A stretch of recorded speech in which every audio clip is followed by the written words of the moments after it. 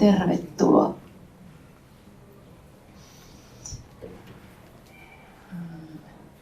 Minun nimeni on Riitta Jankocek ja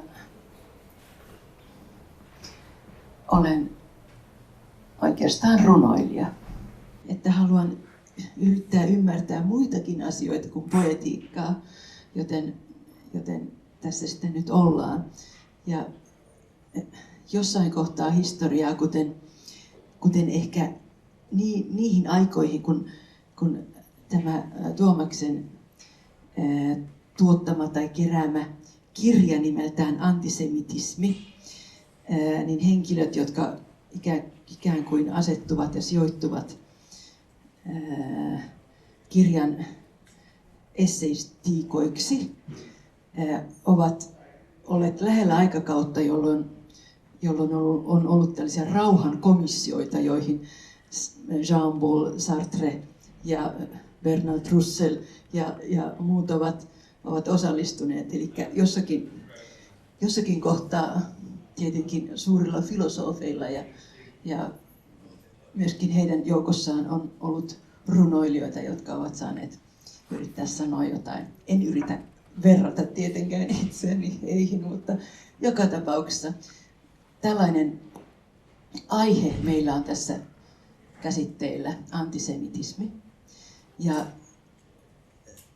niin kuin sanoin, niin minun roolini on vapaa tutkija. Minua ei hallitse kukaan ja yritän olla vapaa kansalainen, joten pohdintani ovat myös sen mukaisia.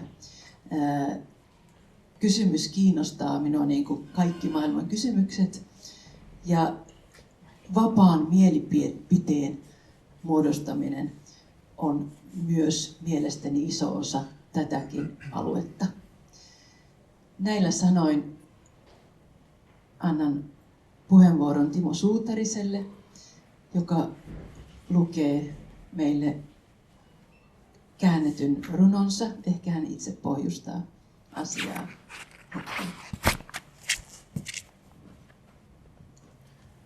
Joo, kiitoksia Riitta ja tervetuloa tosiaan tänne minunkin puolestani. Ja luen tähän lyhyen runon ja annan sitten asiantuntijoiden keskustella antisemitismistä. Mutta tämä runo on Kassel Broidon runo Vinnan getosta.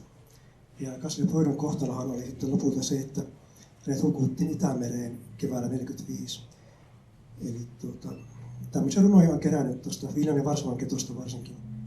Säästi maahan haudattuna ja sitten on Yidishistä ja muutamasta muusta kielestä kääntänyt näitä suomeen. Runon nimi on Getto. Getto. Seisomme muurien vieressä, särkyneen sydämin, roikkuvin käsin, kuin itkupajujen oksat. Silmämme tuijottavat syvälle tyhjyyteen, täyttyen surusta, ikuisuudeksi. Tuskin näet maailmaa kapeiden kujien läpi, tai valoa geton korkeiden porttien takaa. Sulje silmäsi väkijoukossa ja näet kaiken kuin unessa. Melkein maistat suussasi suuren, avaran maailman. Getto, en koskaan unohda sinua. Eikho on sydämesi ja surullinen laulusi. Näin kyyneleisi tässä, surusi ja tuskasi. Kuulen rukouksesi, mitä tapahtuu, mitä tapahtuu. Gettosi kuilla ei ole tilaa, sydämen surua kantaa. Vaikka tiedän tuskani, rakkauteni jää. Getto, en koskaan unohda sinua.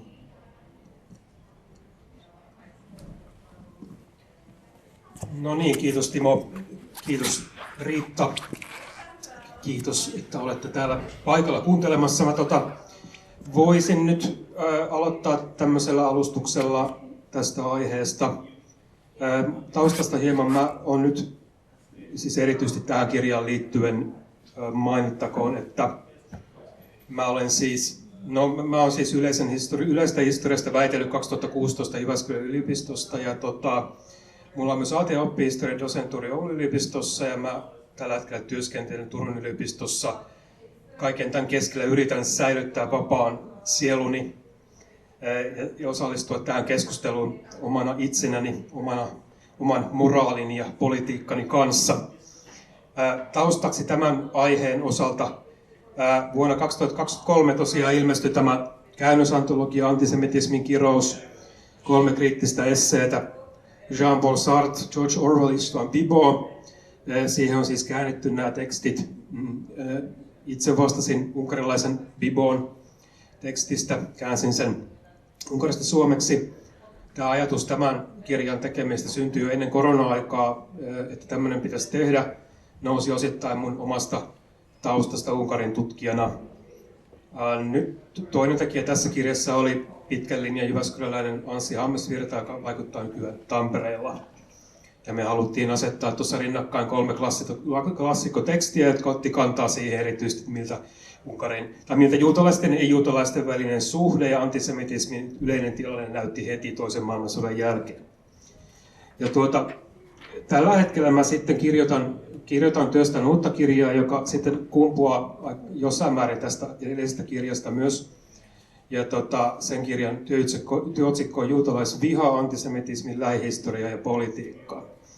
Ja mä ihan tässä lyhyessä alustuksessa nyt kuvaan tämän kirjan lähtökohtia, mistä se kumpuaa, mun ajatuksia, mitkä on ikään kuin temmannut mut tähän aiheeseen tai aiheen pariin. Puhun hyvin yleisellä tasolla oikeastaan, en kovin syvällisesti, ja voidaan sitten Riitan kanssa tästä keskustella, ja yleisökin saa varmasti, on ihan mukavaa, jos tulee mieleen kysymyksiä, niin saa kysyä ja keskeyttää.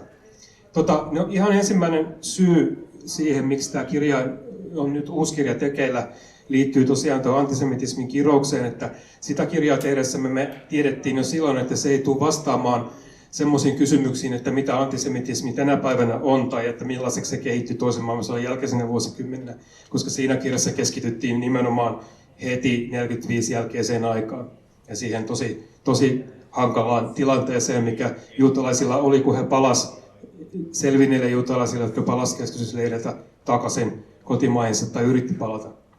Ja no sen kirjan saamassa palautteessa, tuon antisemitismin kirouskirjan saamassa palautteessa, joka oli vähän ristiriitaista, niin vaadittiin kuitenkin kannanottoa tähän nykytilanteeseen, joka oli käytännössä mahdotonta, koska nämä kirjan kirjoittajat, esseistit, jotka tuohon käänsimme, he ei esimerkiksi maininnut sanallakaan mitään Israelista tai Palestiinasta tai sionismista, joten oli aika vaikeaa ottaa kantaa nykytilanteeseen.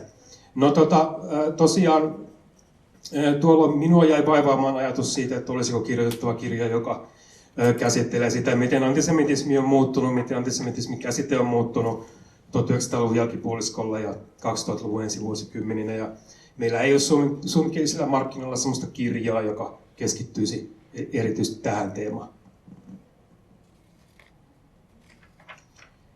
Ja mua nyt on siis sellaiset asiat kiinnostunut tässä kirjassa, ihan jos mä lähden purkamaan lyhyesti. Onko juutalaisvastaisuus lisääntynyt, kuten usein kuulee sanottavan? Jos on, niin miksi näin on? Mistä sitä löytyy? Ketkä tai mitkä ovat sen moottoreita? Sitten toinen aivan keskeinen syy tämän kirjan hankkeen taustalla on halu ymmärtää sitä, että miksi me tällä hetkellä ollaan semmoisessa tilanteessa, jossa antisemitismi samastetaan hyvin usein kenties enimmäkseen juuri Israeliin, ja ennen kaikkea Israelin tai sen valtioideologian eli sionismin kritisoimiseen. Ja tähän nykytilanteeseen, nyt kun mä olen lähtenyt tässä kirjassa tutkimaan tätä, niin se on ollut jo tähän mennessä todella kiinnostava polku. Se on osoittautunut tosi kiinnostavaksi monimutkaiseksi kysymykseksi, ja siihen sisältyy myös paljon uusia oivalluksia liittyen juutalaisten historialliseen kokemukseen. Ja juuri eilen itse asiassa muuten tajusin semmoisen asian, että itse asiassa suurin osa tämän mun tekeillä olevan kirjan tärkeimmistä ajattelijoista, tutkimuskirjallisuudesta lähteistä on itse asiassa juutalaistaustaisten kirjoittamia. Tämä on juutalaisten aihe, tämä antisionismi, ja pitkälti siltä vaikuttaa. Ja mullahan on se posito, että mulla ei ole juutalaistaustaa, eikä mulla ole juutalaisia sukulaisia, eikä juutalaista kosketusta juutalaisen kulttuuriin mun elämässä, joten mun positio on tämmöinen ulkopuolisen positio, mikä usein historian tutkimuksessa on tietysti niin kuin tässä Riitan kanssa juteltiin, että me ollaan tekemisessä usein kuulleiden ihmisten kanssa ja yritetään sanoa heidän ajatuksistaan jotain. Ja ylipäätään, koen sen aika kiinnostavaksi tämän positio, mikä mulla tässä on lähtökohtaisesti. No, mä oon sitten temmannut eteenpäin myös halu pohtia sitä, että miksi tämä antisemitismin käsite, niin miksi sitä on alettu viime aikoina käyttää myös poliittisena lyömäaseena ja kaikkein ongelmallisimmin silloin, kun on onnistuttu ja nähdäkseni aika hyvin onnistuttu hiljentämään Israelin kohdistuvaa kritiikkiä ja samalla palestiinalaisten ääntä.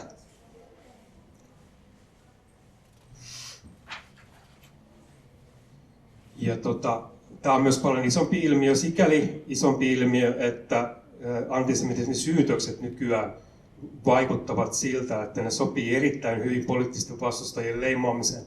Ja tästä on esimerkki eri puolilta Eurooppaa, Saksasta, Ranskasta, Iso-Britanniasta, ehkä näkyvimmin nyt Donald Trumpin Yhdysvalloista. Ja on tässä syytä myös korostaa, että tässä antisemitismin syytösten pelikirjassa paitsioon voivat joutua myös juutalaiset. Mä otan pari esimerkkiä. Vuonna 2024 Oscar-gaalassa Jonathan Glazer, tunnette ehkä elokuvaohjaajan, hän sai syytöksiä niskaansa. Glazerin elokuva The Zone of Interest kuvaa Auschwitzin keskitysleiriä, komentaja Rudolf Hössiä ja hänen tämän perheidylliön.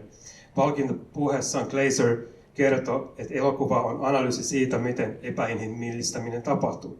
No, samalla hän kiinnitti huomioon puheessaan Israelin väkivaltaa Gazassa, kieltäytyi hyväksymästä Israelin politiikassa valinnutta nationalistista ja militaristista juutalaisuutta, joka rakentui palestiinalaisten alistamiselle ja väitti vielä edustavansa kaikkia maailman juutalaisia, siis tämä Israelin lähtökohta. No, seurauksena oli antisemitismin vahtikoirina tuntun Anti-Defamation Leaguein järjestön yksiselitteinen tyrmäys. Sitten toinen esimerkki, Yuval Abraham, juutalainen dokumenttielokuvan tekijä No Other Land, syntyi yhteistyönä palestiinalaisen Basil Adran kanssa. Elokuva seuraa lähietäisyydeltä palestiinalaisyhteisön tuhoutumista länsirannalla, Israelin miehittämällä länsirannalla. Ja siellä Oscar-gaalasta poiketen siellä oli jo paljon mielenosoituksia siellä Berliinin elokuvajuhlilla, siis missä tämä elokuva palkittiin. Ja siellä oli viranomaiset jo valmiiksi varpaillaan.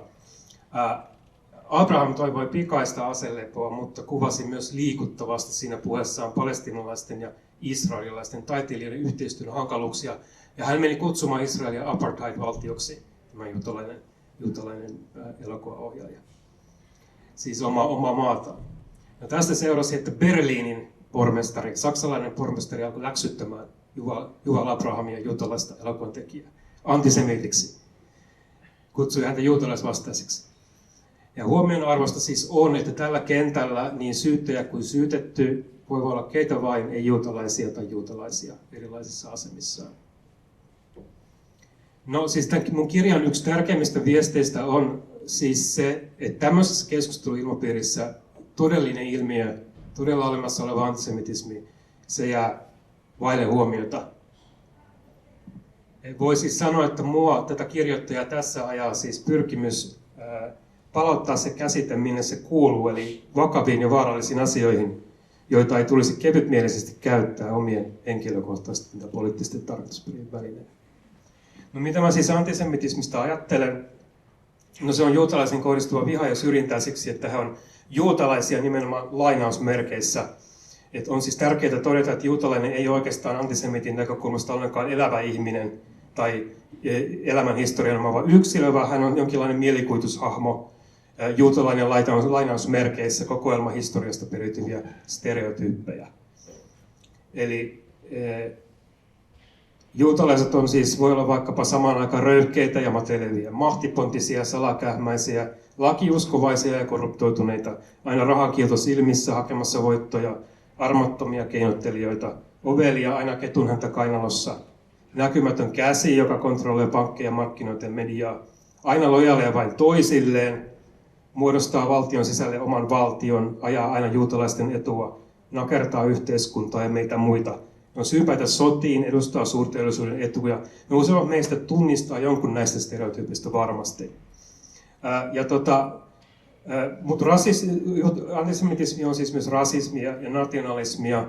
Antisemitti yleistää, rakentaa viholliskuvia, kiistää muukalaisilta määriteltä yhteisön kuulumisen, epäinhimillistä, jopa tuhoaa Se on siis sikäli samankaltaista kuin esimerkiksi rodullistettuihin tai muslimeihin kohdistuva syrjintä.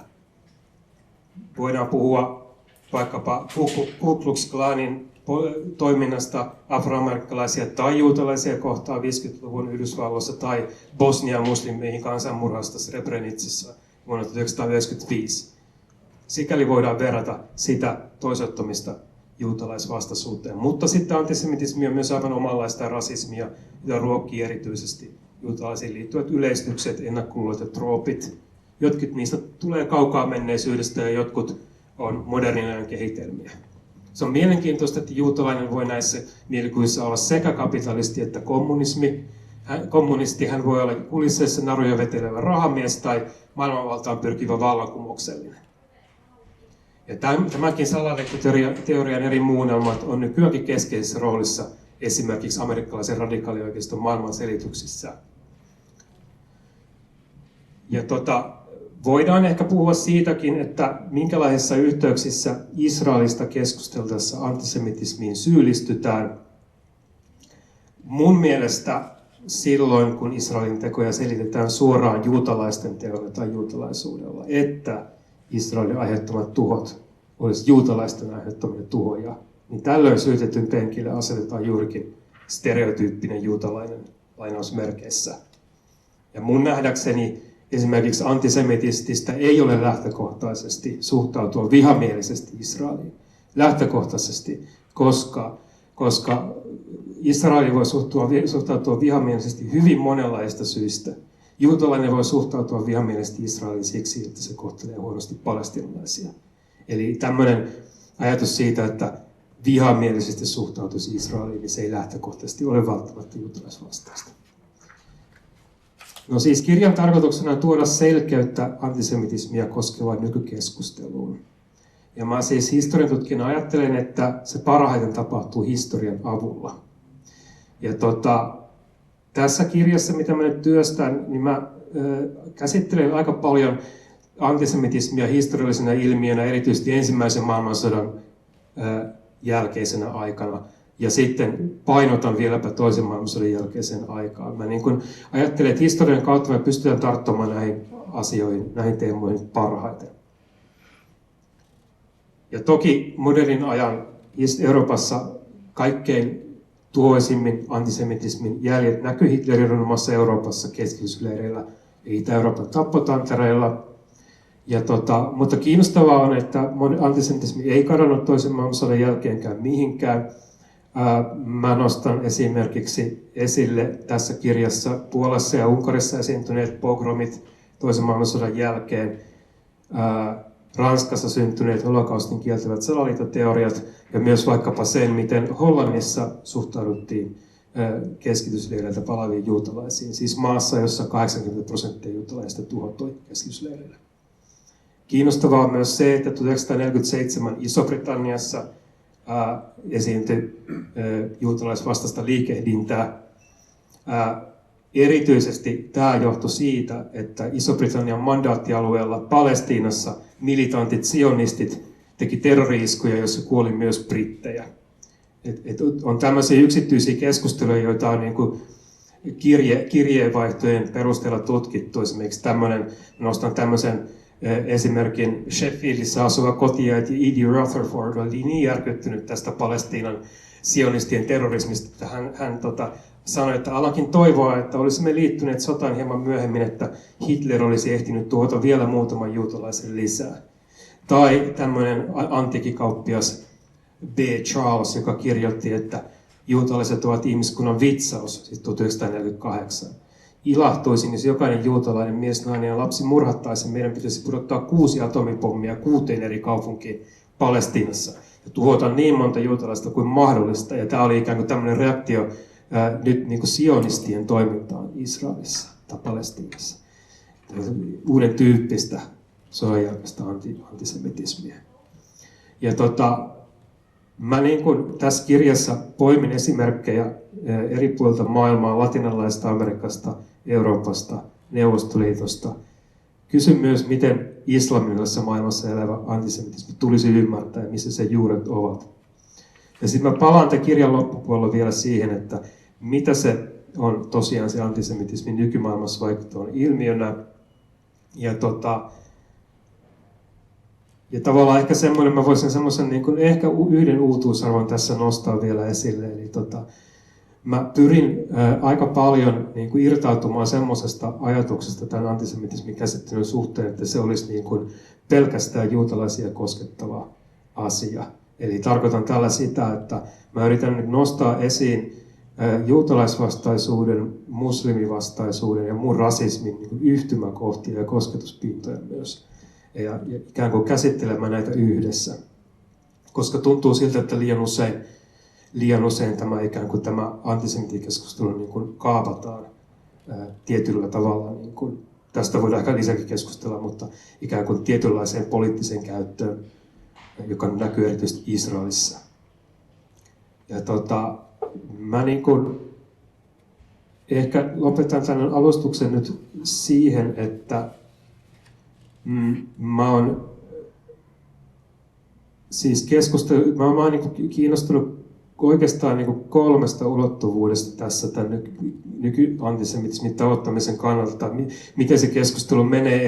Eli meillä on niin kuin yhtäältä oikeasti olemassa oleva ilmiö, joka on tämmöisellä someaikakaudella hyvin potentiaalinen ja olemassa oleva ja niin vakavasti otettua. Sitten meillä on myös paljon tämmöistä poliittista retoriikkaa, joka hyödyntää juutalaisvastaisuuden historiasta nousevia metaforia ja trooppeja. Mutta sitten meillä on myös antisemitismia poliittisiin, ikään kuin erilaisiin poliittisiin tarpeisiin välineellistävää keskustelua. Ja tavallaan, että tämä niin kuin ison ilmiökimpun selvittäminen ehkä vaatii nyt nimenomaan semmoista niin kuin historiallista otetta, ja mä yritän sen tässä niin kuin kirjassa todistaa. Kiitos. Kiitos, olipa runsas kuvaus monista asioista, tuntui pitkältä matkalta. Ja mä lähden samanlaiselle pitkälle matkalle. Ja koska koin olevani henkilö, joka luottaa kieleen, jopa silloin kun se piilotetaan tai kieltäytyy toimimasta, niin myöskin käsite antisemitismi pitää sisällään uskomattomia kohtia ja paljastuksia ja terroria ja muuta.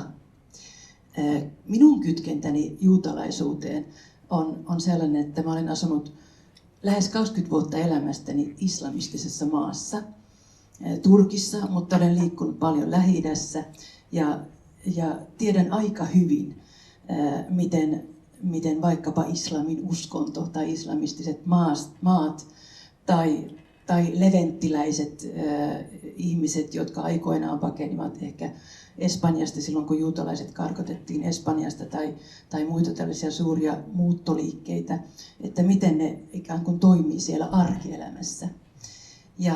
Ja se, että miten islamin uskontoon tai uskoon liittyy esimerkiksi kristinusko voimakkaasti, mistä harvoin puhutaan, ja miten juutalaisuus on sisäistetty, ja ennen kaikkea miten assimiloituminen, minkälainen ilmiö se on. Ja sitä minun historiallinen mieleni, koska minulla on vain oma pieni historiani, ei millään pysty selvittämään, mutta koen jotenkin, että kieli paljastaa minulle paljon.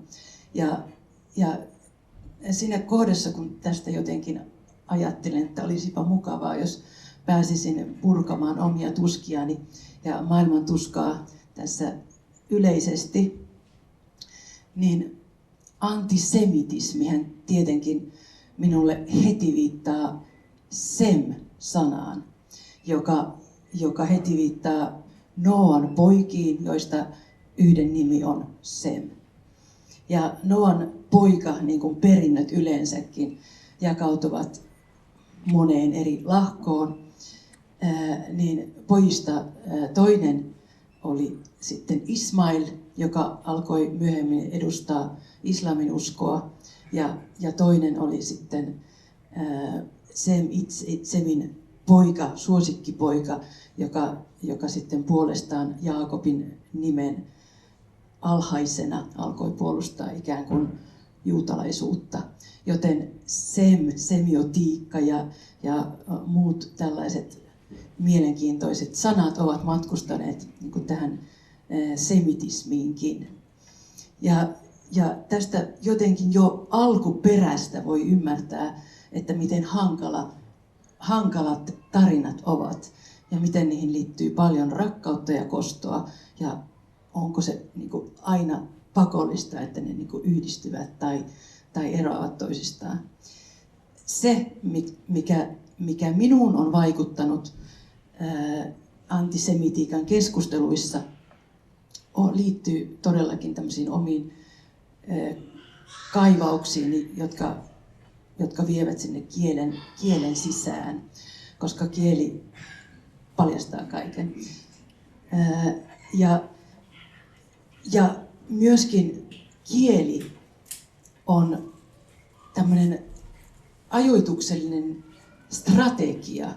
Kieli muuttuu samalla kun aikakaudet muuttuu, mutta kielen muuttuminen vaikutusvaltojen alaisina on myöskin ilmiö sinänsä.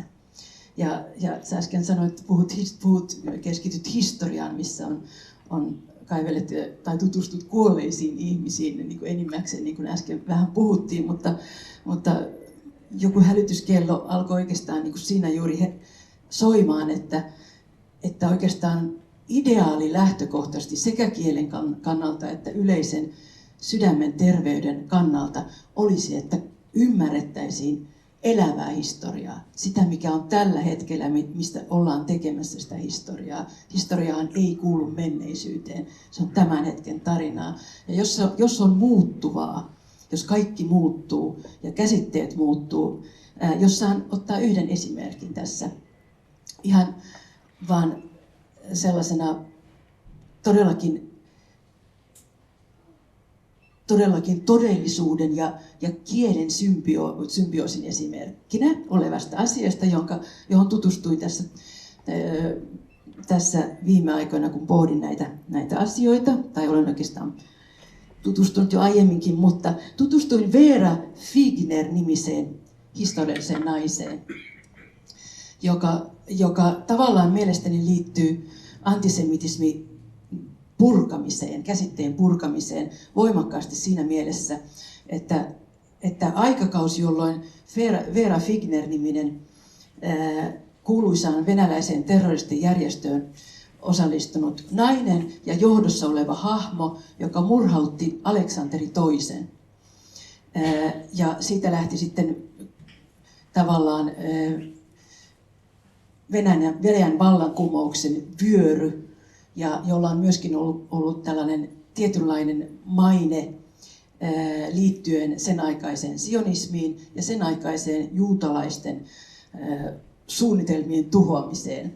Ainahan löytyy syypäitä. Mehän syytämme toisiamme koko ajan asioista, jotka menevät niin kuin ei pitäisi tai toisten mielen mukaisesti. Ja Vera Figner on mielenkiintoinen hahmo siinä mielessä, että siihen aikaan, siis 1881, murhattiin Aleksanteri II. Ja siihen aikaan oli ensimmäistä kertaa näillä seuduin, tai sanotaan nyt, koska silloin nämä seudut olivat myöskin meidän seutujamme. Suomihan oli siinä vaiheessa osa keisarikuntaa, Venäjää, Neuvostoliittoa, joten tämä on myöskin meidän tavallaan historiaamme. Ja kaikkihan on meidän historiaamme, niin kuin Sartre on sanonut, mutta joka tapauksessa siinä mielessä, että se oli aikakausi, jolloin assimilaatiohistoria juutalaisten kannalta oli hyvin voimakkaasti avautuva. Ja juutalaiset saivat asettua esimerkiksi Venäjän seuduille, toki siellä on aina ollut voimakkaita juutalaisvirtauksia. Ja tuli myönnytyksiä lakeihin, jotka ovat jo pitkään, varmasti lähes 2000 vuotta kieltäneet ammatinharjoituksen ja tietyille seuduille juutalaisten asettumisen. Joten tämmöinen voimakas yhteisöön yhtäkkiä sopeutumisen aikakausi, jota kutsutaan myöskin assimilaatioksi, Toki assimilaatiolla on kaikennäköisiä muitakin vaikutuksia, sekä haitta- että myönteisiä vaikutuksia, mutta aikakausi oli räjähdysmäinen, koska naisten äänioikeudet, naisten oikeudet, orjuuden poistaminen ja muut tämmöiset ihmisoikeuskysymykset olivat pinnalla. Joten Aleksanteri toisen murha venäläisen terrorijärjestön aiheuttamana aiheutti myöskin Lähi-idässä voimakkaita aaltoja. Ja tämän jälkeen juutalaiskysymys muuttui enemmän sionistiseksi käsitteeksi. Ja useiden sen aikaisten marksistilaisen, johon tämä Veera sitten oli ujuttautunut, koska siihen aikaan oli kommunismin kysyntää ja ihmisoikeustaistelua, joten se oli ikään kuin luonnollisella tapaa sen aikaisen historian osaa. Ja tämä oli vain niin kuin esimerkki, että miten siihen aikaan Veerasta tuli todellakin intohimoinen sionisti. Hän muutti Israeliin ja jatkoi toimintaansa siellä, koska hän koki jo silloin, tämä on kirjeenvaihtoja Leninin kanssa, koska he tapasivat Sveitsissä. Toki heillä oli ikäeroa, sukupolvisesti ikäeroa, mutta he elivät samaan aikaan. Ja heidän keskusteluistaan on tällaisia jälkiä, että Lenin kovasti ihaili hänen toimintaansa ja että kommunismi ihmisoikeuksien aatteena siihen aikaan oli tärkeä. Ja sen jälkeen tästä tietenkin ikään kuin myöskin sai alkunsa myöhempi jakautuminen bolshevikkien ja menshevikkien välillä, joka on myöskin tärkeä juutalaiskysymys, koska bolshevikit jakautuivat sosiaalidemokraattiseen liikkeeseen, tai siis menshevitit ja bolshevikit sitten taas tavallaan aivan eri suuntaan. Ja tällä on ollut valtava vaikutus myöskin Palestiinan ja Israelin väliseen suhteeseen. Mä voisin tarttua, tuossa on pari asiaa, tosi tärkeitä asiaa, mitä nostit esille. Eli tuo kieliasia ja nyt toinen historiallinen tematiikka tulee mieleen, tämä Venäjän ja Neuvostoliiton juutalaiset. Mä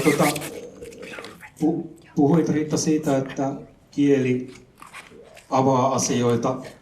Mun kulma tässä kohtaa on myös oikeastaan siihen, että kielen käyttö ja sanat voi myös sokaista ja sanat voi myös toimia aseina ja sanat ja narratiivit voi myös sulkea mahdollisuuksia.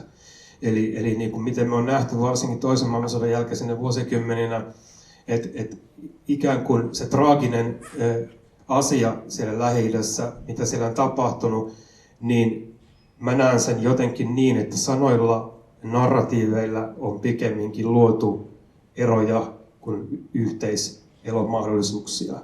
Et sikäli tuo kieli on tosi tärkeä. Wittgenstein sanoi jotain sellaista, että sano mitä sanot, mutta älä anna sanojen sokaista, mitä puhut ja mitä ajattelet. Ja sanoin myöskin, sanoin myöskin, että se mistä ei voi puhua siitä vaieta sopii hyvin tähän kontekstiin. Joo, mutta se on juuri niin kuin näin, että jotenkin tämän antisemitismin käsitteen kehitys on mennyt viime aikoina. Mä en tiedä missä määrin yleisössä saatte tästä kiinni, koska tämä keskustelu on Suomessa aika uusi loppujen lopuksi. Mutta ikään kuin se on tuolla maailmalla varsinkin mennyt semmoiseen suuntaan, että se pikemminkin, mitä mä sanoisin, jotenkin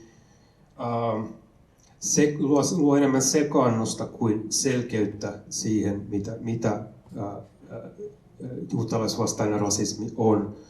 Joten ehkä saan juuri siitä kiinni tässä, että me ollaan molemmat nyt kielen asialla ja kielen niin kuin käytön ja kielen tarjoamien mahdolliseksi asialla kyllä. Joo. Ja mä ottaisin vielä tämmöisiä ihan niin kuin esimerkkejä. Nämä esimerkit, joita tähän tuon, ei ole mitenkään sillä lailla minua niin sitovia tai en halua niitä erityisesti jumaloida tai korostaa, vaan ne jotenkin luo sellaisen jatkumon minulle tästä jostain ymmärryksen matkasta, joka on todella vaikea. Ja myöskin haluan sanoa sen, että oma suhteeni juutalaisuuteen on siinä määrin mielenkiintoinen, että olen niillä seuduin paljon asunut. Ja mä koen myöskin olevani assimiloitu juutalainen. En tiedä, miten tätä voi selittää ja onko minulla tähän lupaa, mutta näin koen. Joten asia on mielenkiintoinen. Minua erityisesti kiinnostaa juurikin assimilaatio, koska koen, että elämme assimiloitujen ihmisten maailmassa. Ja kuka meistä tietää, millä lailla esi-isämme on assimiloituneet mihinkin milloinkaan. Koska jos historiaitsijana katsoo maailmaa, niin ensin tulee Rooman valtakunnan kristityt niille Jerusalemin seuduille tai Palestiinan seuduille ja niin poispäin. Ja se, että miten politiikka sitten muuttaa ihmisten kulttuurit, kieltää kielet ja niin poispäin. Juuri näin, että siis mä voin täysin jakaa tuon ajatuksen siitä ja sen takia me tästä niin kuin ihmisten niin kuin lähtökohtaisesta yhteisöjen ikään kuin ristiinpölyttyneisyydestä, jota vastaan esimerkiksi tai Orwell tuossa teoksessa käsitteli antisemitismia nationalismin muotona, ja nationalismi on semmoinen peikko tässä niin kuin, koko keskustelussa, eli ajatus siitä, että meillä olisi, tai ikään kuin se, mitä minä tunnistan tällä hetkellä Israelin kritisoimisessa on nimenomaan nationalismin vastustamista, ja se olisi ehkä niin kuin syytä muistaa.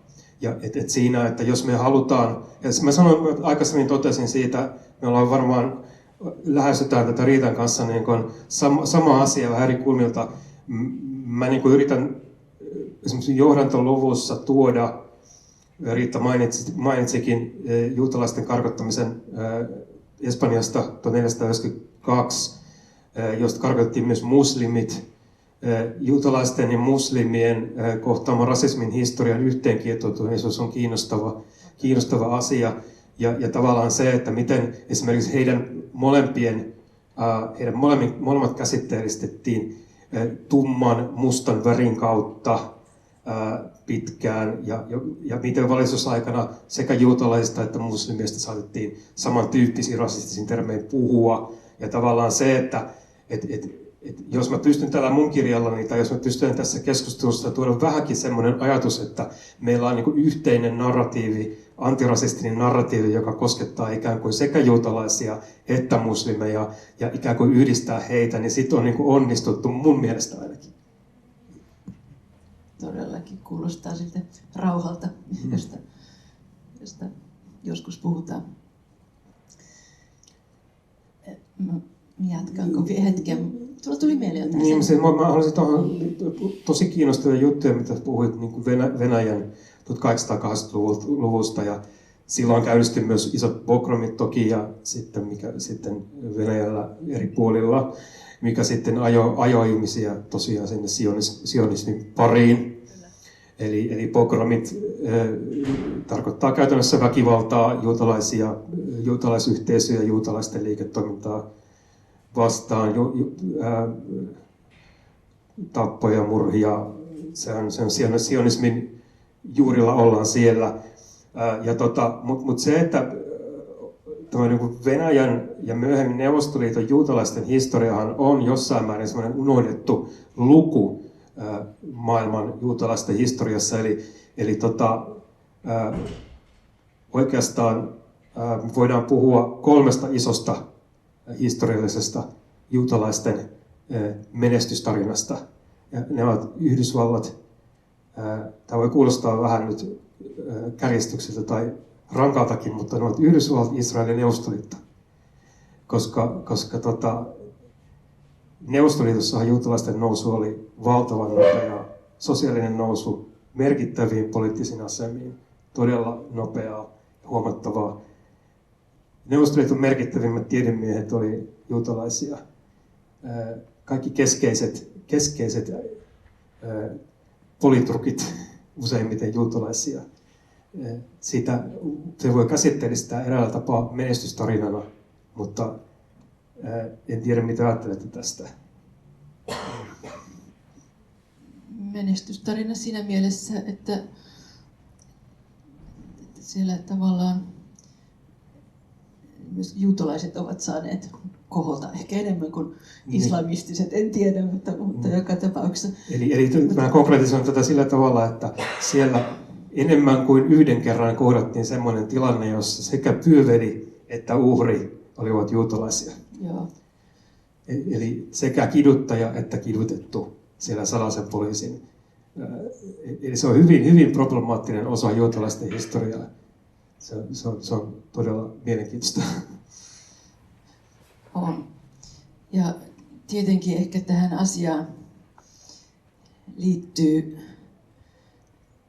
voimakkaasti taas kerran kielellisesti, mutta jos kieli nyt heijastaa totuutta, niin tavallaan tämmöinen modernistinen aikakausi, mitä se on tuonut tullessaan, koska kyllähän niin kuin tietyn aikakauden jälkeen, sanotaan nyt ehkä länsimaissa, koska idässä täytyy ehkä sitten keskustella asiasta erillä tapaa, niin ihmisoikeudet ja tietyt asiat jotenkin käytiin läpi niin rankalla tapaa, että valtiot muodostuivat ikään kuin sitä mukaan lakeineen ja näin.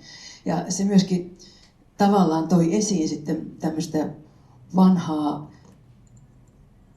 vihamielistä kaunaa, että esimerkiksi Suomessa on ollut pitkään käsite, ihan laillinen käsite nimeltään loinen, ihmiskategoria, joka on loinen, joka sitten myöhässä vaiheessa, kun laki muutettiin ihan hiljattain 1800-luvun loppupuoliskolla, muutettiin irtolaisuuslaiksi, joka lakkautettiin 87, joka tarkoittaa sitä, että silloin sen jälkeen ei kaikkien ollut pakko enää tehdä töitä.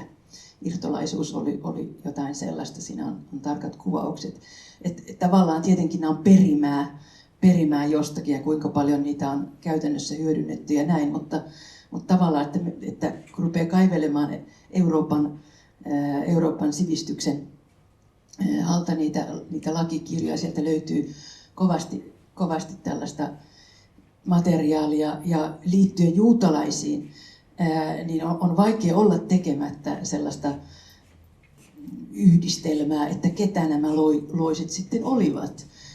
Että jos juutalaisilla on pitkään ollut ammattiharjoituskieltoa tai on kiellettyä asettua tietyille alueille tai kaikkialle asumaan ja näin poispäin, jotka on ollut ihan tiedossa olevia asioita. Tietenkin näihin asioihin liittyy myöskin se, että halutaan juurikin, että kaikki assimiloituisivat vaikkapa siihen kristinuskoon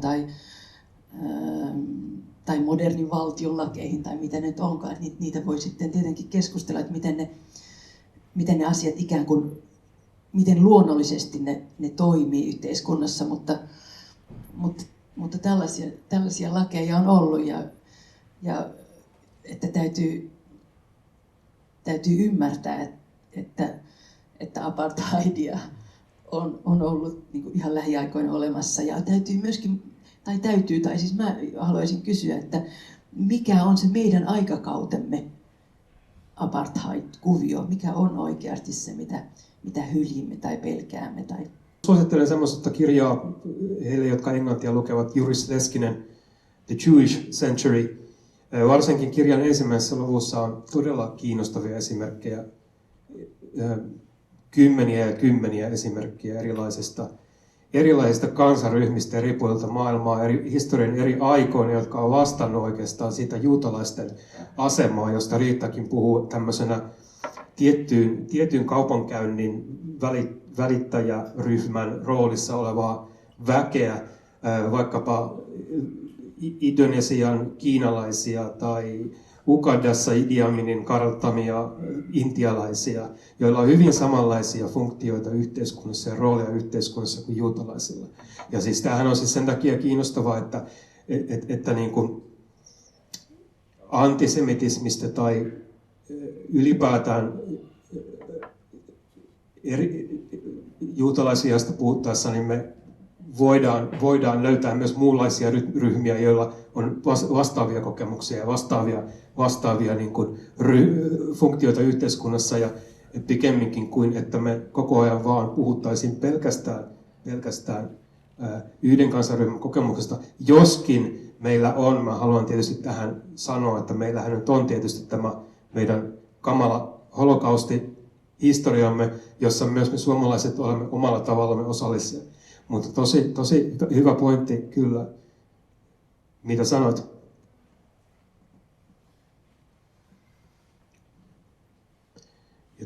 Mutta niin jotenkin se, mikä mun matka tässä vaiheessa tämän tematiikan parissa on, niin mä jotenkin on hyvin, mä en tiedä mihin mä oon matkalla, mutta siis mä oon huomannut esimerkiksi siis sen, että juutalaisessa niin kuin keskusteluperinteessä ja juutalaisen älymystön keskusteluissa on hyvin monenlaisia käsityksiä niin antisemitismistä kuin heidän omasta identiteetistään, sionismista, monesta monituisista asioista. Ja se on hirvittävän kiinnostavaa tämmöiselle ihmiselle, joka Riitasta poiketen ei koe itseään assimiloituneeksi juutalaiseksi. Toisaalta, jos minulta kysytään, niin voisin kokea itseni miksikä tahansa assimiloituneeksi ystäväksi. Mutta jatketaanko vielä, palataanko näihin tällaisiin hankaliin poliittisiin käsitteisiin, jotka on mielenkiintoisia siinäkin mielessä, että ne jos mitkä tavallaan elää näissä aikakauden heijastumissa, että kuinka ajatella, siis mä kysyn tätä itseltäni tietenkin, että kuinka ajatella käsitettä sionismi, joka poikkeaa niin paljon sen etnisyytensä takia tavallaan tämmöisestä klassisesta, sanotaan länsimaalaisesta valtion muodostamisen modernista ajatuksesta.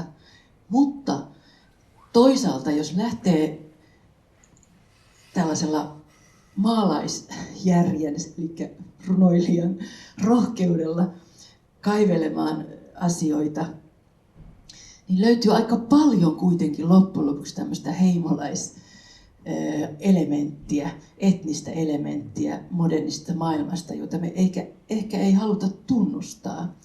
Että jos ajattelee vaikka, palaan taas niille seuduille, jotka kuhisee ehkä pikkusen enemmän kuin nämä meidän nurkat, eli vaikkapa sinne Iranin seuduille, niin on uskomattoman mielenkiintoista, että vanha Persia, jolla on myöskin Eurooppaan tiettynä aikakausina, varsinkin kirjallisuuden kautta, mutta tietenkin kaikkien muidenkin kytkentöjen kautta, todella mielenkiintoiset lähestymispisteet.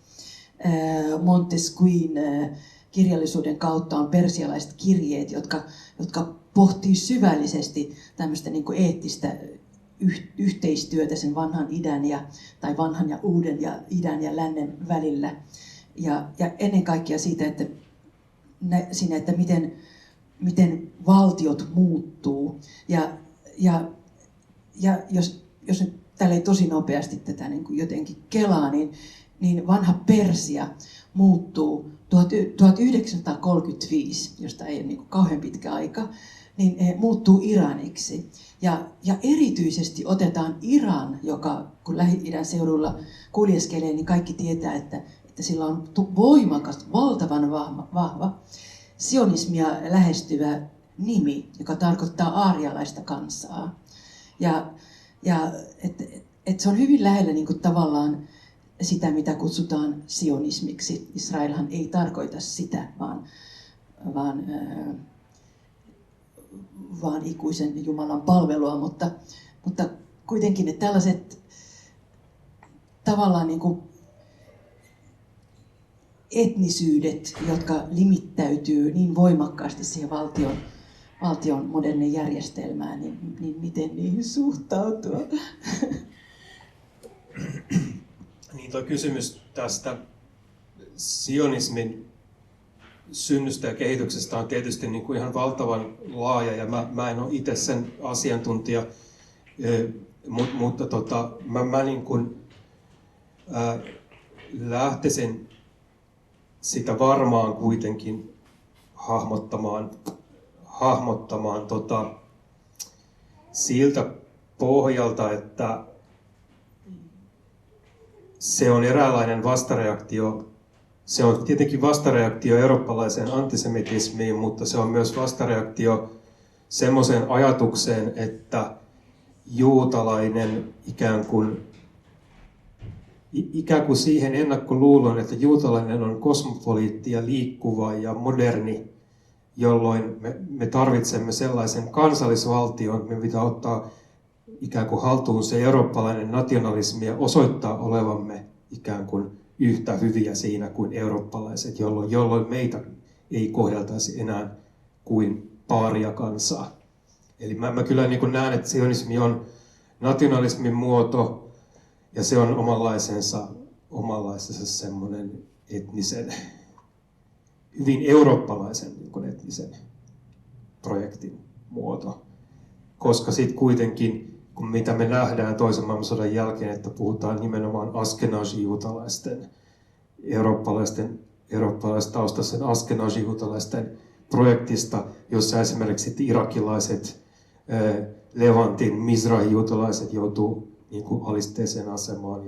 Ja tavallaan, että se on niin kuin hyvin, oikeastaan semmoinen aika eurooppalainen projekti sitten loppuviimeksi, minkälaiseksi se kehittyy. Et toki 1800-luvun lopulla, jos puhutaan vaikkapa George Eliotin Daniel de Rondasta, jossa niin kuin sionismi on esitetty niin kuin tosi hienosti semmoisena juutalaisten luvattuna maana siellä ikään kuin antisemitisen kulttuurin keskellä,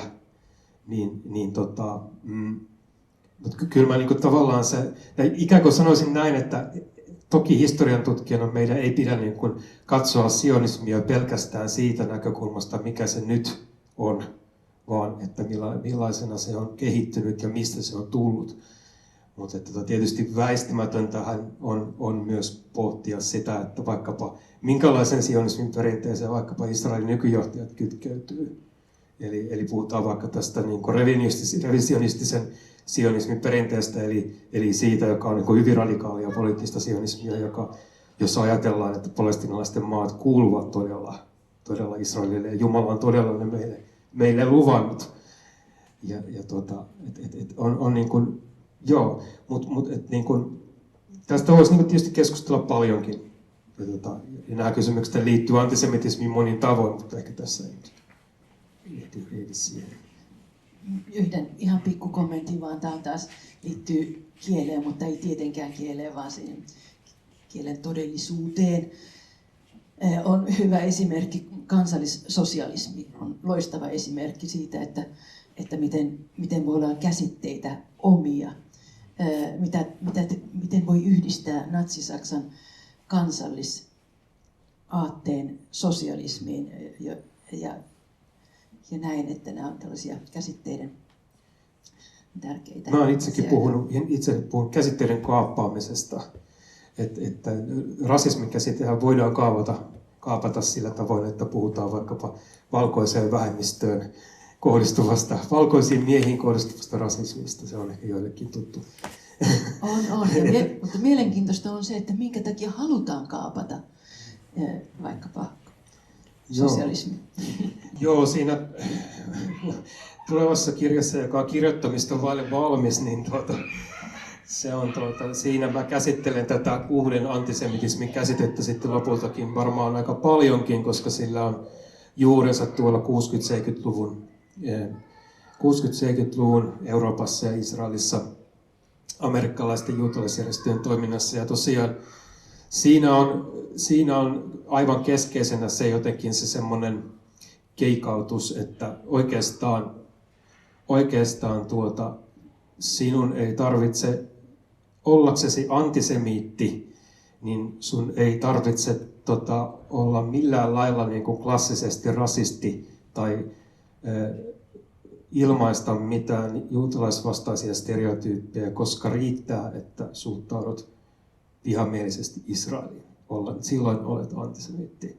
Ikään kuin Israel edustaa tässä ajattelussa ikään kuin kollektiivista juutalaista, ja se niin kuin perustuu siihen, että Israelin valtio ikään kuin Israelin politiikka samaistaa juutalaiset globaalisti, diaspora-juutalaiset ja Israelin, jolloin ikään kuin, ja tämä on siis monipolvinen, monimutkainen kysymys sikäli, että tähän liittyy myös niin kuin holokaustin kokemus ja ikään kuin ajatus siitä, että Israelin valtio on ainoa asia, joka mahdollistaa juutalaisten pärjäämisen, selviämisen holokaustin jälkeisessä maailmassa, jonka takia Israelin vastustaminen ikään kuin olisi myös niin kuin juutalaisten vastustamista. Ja tämä on ikään kuin semmoinen monimutkainen ideologinen kysymys, joka ehkä loppujen lopuksi tiivistyy sitten siinä kirjassa semmoiseen yksinkertaiseen laineriin, että Israelin kritisoiminen ei ole antisemitismiä, mutta joissain tapauksissa se voi sitä olla. Joo, ja sitten vielä on syytä korostaa tähän, että tosiaan usein siellä Yhdysvalloissa vaikkapa kun kampuksilla, yliopistokampuksilla tunnetusti on vastustettu vaikkapa nyt Israelin politiikkaa Lähi-idässä, niin siellä on paljon juutalaisia opiskelijoita mukana. Ja ikään kuin, että juutalaisten antisionistinen perinne on pitkä ja yhä elävä. On niin kuin hyvin tärkeää, niin kuin, että ei tehdä mitään tämmöisiä Israel on juutalainen rinnastuksia. Se on oikeastaan, niin kuin, eihän me missään valtiossa tehdä sillä tavalla, että kun minä edustan Suomea tuolla ulkomailla, kun minä menen tuonne nyt vaikkapa Ruotsiin, no ehkä Ruotsissa, mutta sanotaan vaikkapa muualla. Tietenkin antisemitismi on vakava asia. Onko sanottavaa? Haluaako Timo lukea runon?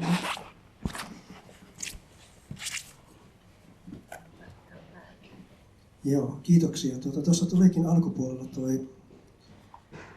toi hyvin kootusti mitä 2000 vuoden aikana on pantu juutalaisten nimiin kaikkia syntejä, joilla perustellaan antisemitismiä.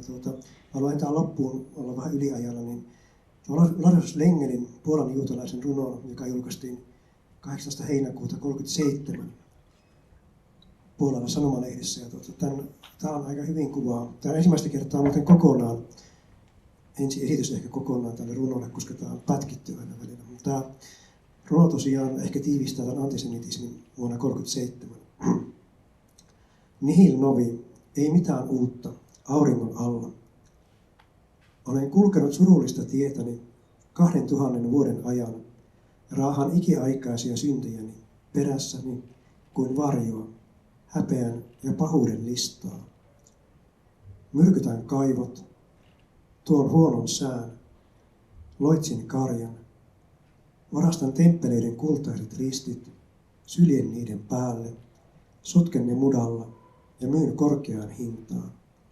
Teen veriuhreja Jumalalle, sekoitan lasten verta matsaan ja kaikkina juhlapyhinä sieppaan aina kalpeita lapsia. Kaivan heidän kuolleet silmänsä päästä ja puristan sydämistään veren. Vuodet vierivät ja maailman kuva muuttuu. Kulttuuri, valo, edistys. Ja silti sinä odotat, että piileksin luolissa, lasken öisin kultarahoja, sytytän sotia, kun Sionin viisaat niin haluavat. Suuri keinottelija, suuri taikuri, vallankumous, minun merkistäni.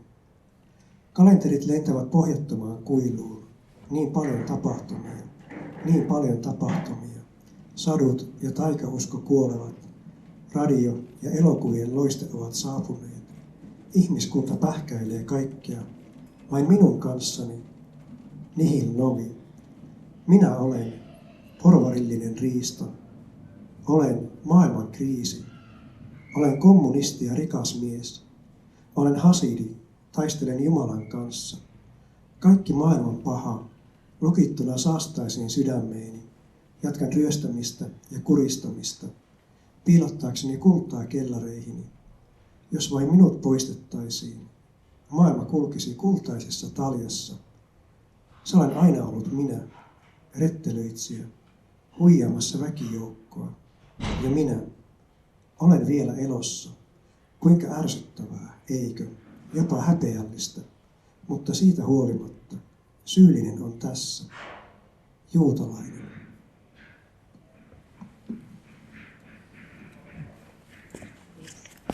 Kiitos. Kiitos.